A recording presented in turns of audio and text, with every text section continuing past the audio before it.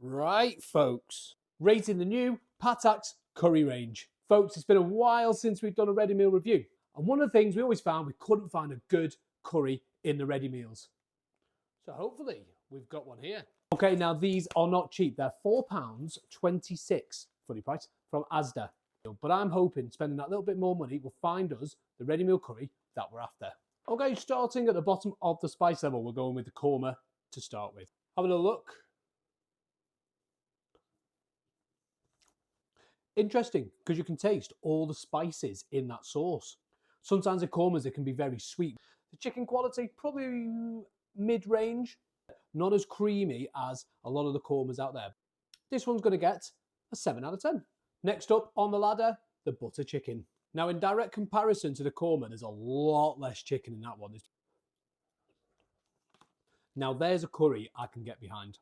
You are getting that kind of buttery flavour through there, which I absolutely love. I'd have this again, but with a bit more spice in there. Add my own. This one's going to get an 8 out of 10. Okay, the vegetable balti. Now, take a look in there. Some large potatoes in there. So half of that veg is potatoes. This try. Spice level says medium. I'd go a bit spicier, but it's got a nice heat to it. Tomato flavour is really rich. You can taste the vegetables in there, which I like. I think the only thing that lets it down is the giant potatoes in there. I think they could have done different veg. For me, nice enough, but only a 7 out of 10. Chicken tikka masala. Do make sure you give it a good mix because it does get a little bit greasy on the top. Nice little bit of heat running through that one. There's a real sweetness to the curry. I do prefer a tikka to be a lot more creamier. Probably this is a little bit more traditional. The grease on the top does put me off a little bit. It's not stirring in it. I think there's better tikka masalas out there. I'm going to give this one a 5 out of 10. Chicken jalfrezi. Lots of chicken in there and lots of veg.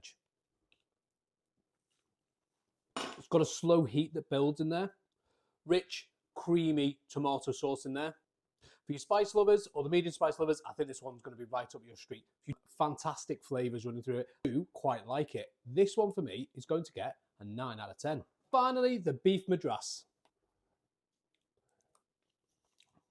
Right, spice-wise, not hot enough for me.